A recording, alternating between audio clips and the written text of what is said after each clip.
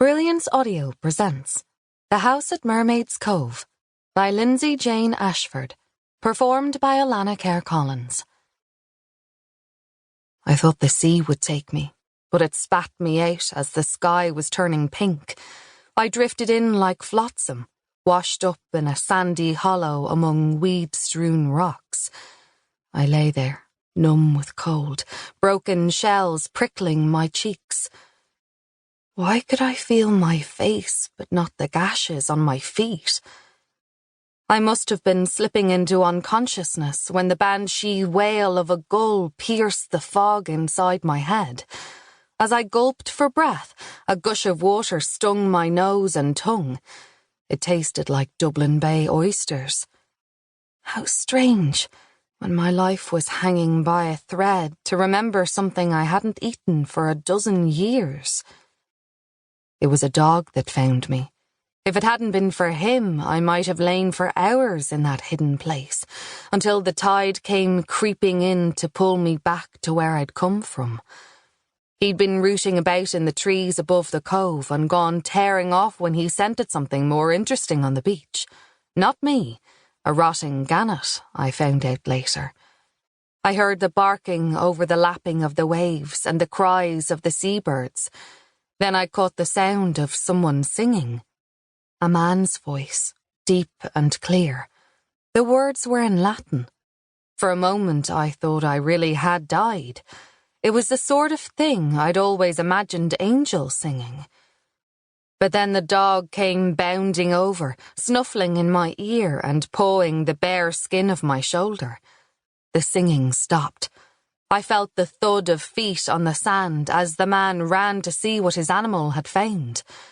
A pitiful, shameful sight I must have been, naked but for the chemise which had ripped when the waves carried me through the spiked ribs of the metal barrier at the mouth of the cove.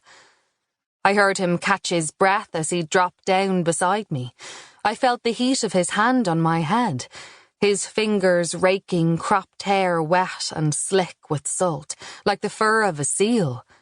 Then he must have spotted what was stitched into the neck of the chemise, because he said it aloud. 937.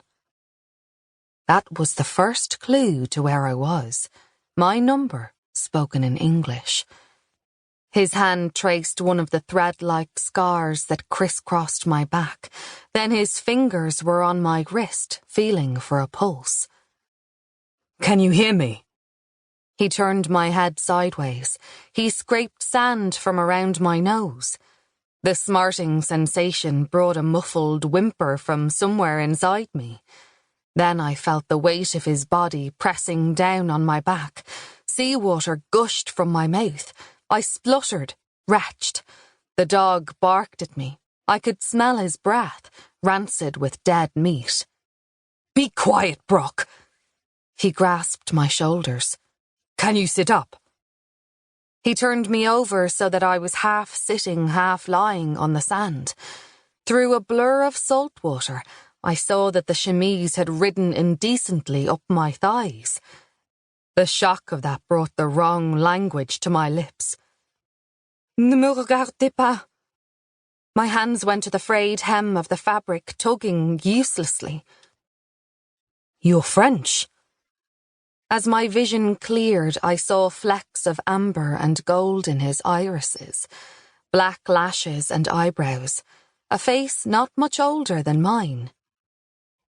Not French, Irish, I croaked back. The sea had burned my throat. He tilted his head, an intense look in his eyes, as if he were trying to see through mine to catch a glimpse of what lay inside.